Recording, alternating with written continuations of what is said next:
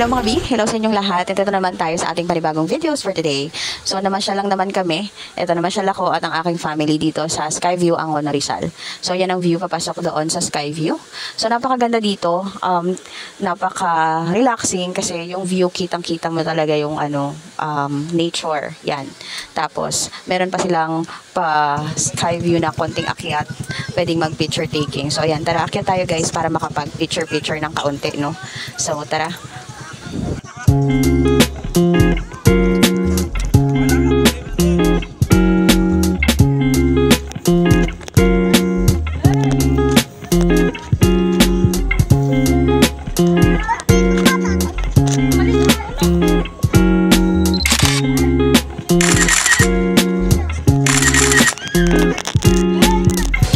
And after a few minutes naming matapos mag-picture, tara guys, akyat pa tayo kasi meron pa siyang akyatan dun sa pataas pa para mas malawak at mas kitang-kita ang view. Tapos nagulat ako, may mga street food.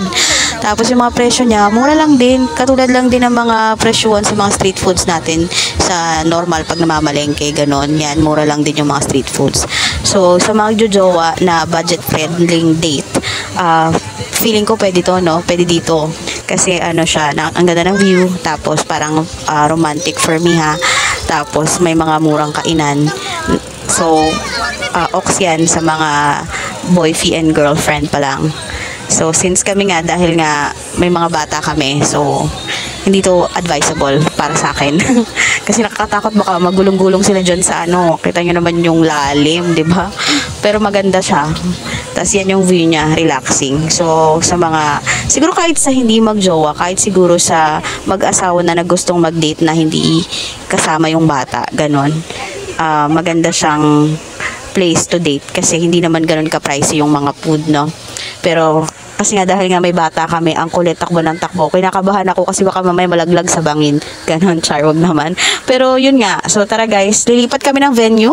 Pupunta kami sa Marikina Riverbanks kasi maganda din doon eh. So tara, samahan niyo po kaming pumunta sa Marikina Riverbanks. Yay!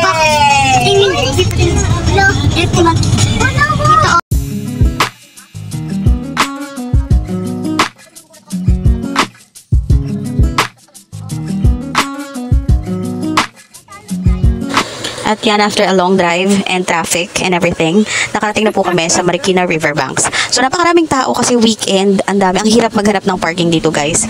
So, medyo, challenging ang paghanap ng parking. So, tara guys, punta tayo. So, yan, lakad tayo papunta doon sa pinakaloob pa. So, yan, may bingguhan. Gusto ko pa sanang tumigil para magbinggo, pero huwag na muna.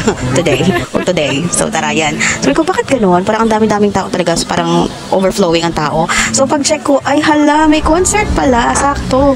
Pa kami, no? Mamasyal lang kami dito, tapos biglang may naabutan pa kaming concert. So, tara guys, mag-concert muna tayo bago tayo mag-kiddie time. Ayaw ko eh. Ayaw.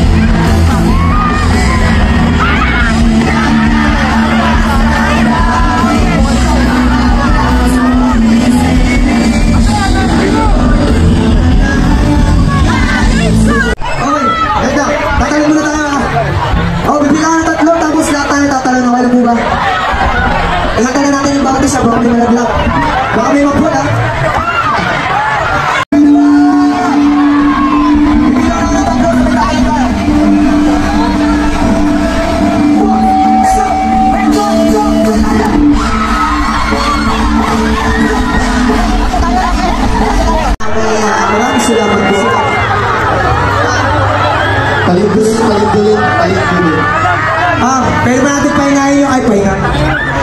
Paano natin yung ilaw dyan, tol? Bago tayo magtalunan sa last chorus, tol. May favor lang kami. Gusto namin, bibilang namin ng 3 tapos tatalon tayo lahat. Gusto namin makita kayo lahat, pare. May kumukuha sa atin ng video, may kita yung gusto.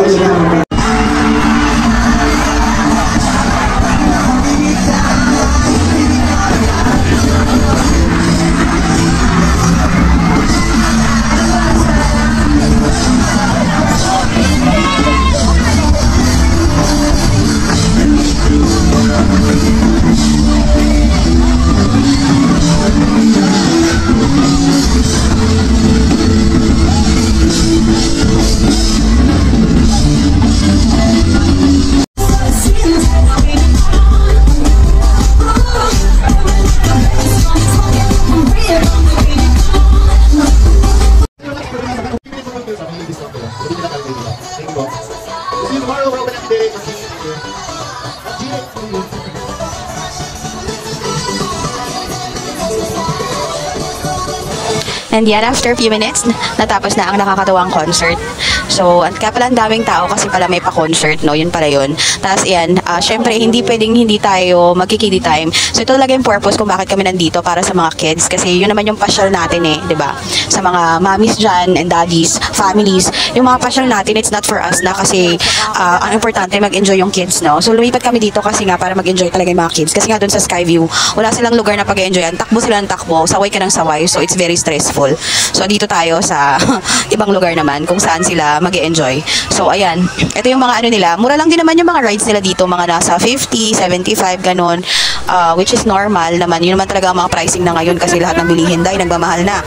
So, ayan. Ang napili nilang rides. Isang rides lang yung inano namin kasi nga yung may mga rides na pambata pero masyado siyang mabilis. Kaya tatanungin namin sila, gusto nyo ba dyan? So, ayaw nila. So, doon sila lang nag-rides dyan sa Jollibee na yan. Kasi hindi siya ganun kabilis. Fast forward ko lang tong video na to kaya mukha siyang mabilis pero in reality hindi siya mabilis at kailangan ng nanay pag sumakay, Diyos ko, hilong-hilo ko kasi yung bagal tapos ang tagal, alam mo yun, ang sakit sa ulo nun guys, kaya parang pag gusto ba nang mag-ride sa anak ko, ayoko na talaga, so siya na lang mag-isa kung gusto niya, pag ayaw niya ay wag na kasi sumakay ako para magkasakit, ganun lang yun. So mamay pakiramdam ko pagkatapos nito, buti na lang after nitong rides namin na to, itong paikot-ikot na to, napagod na rin naman na sila, so ayaw na rin nila, sila na nag-decide, ayaw nila, gusto na lang nilang kumain. So dapat kakain kami sa sa Jollibee kung saan malapit kami nag-parking, no. Kaso syempre enticing kasi yung mga pagkain din dito, ang dami mga pagkain, mukhang masasarap sila tapos medyo mura lang din. And yan, after few minutes natapos na po kaming kumain. Pero bago kami nakakain, almost 2 hours kami naghintay. Seryoso. Pero understandable naman kasi ang dami talagang tao. So, ganun talaga. So, yan. Pagkabalik pa lang namin sa sakyan, bagsak ang mga bagets. Sobrang pagod nila. So, napaka-enjoy kasi ng araw na to. Family time is really a quality time. So, enjoy ang magulang, enjoy ang mga bagets. So, nakakatuwa. At ayan, pauwi na kami. And please like, share, and please follow my page po. Thank you for watching. And please watch out our next video again. Bye!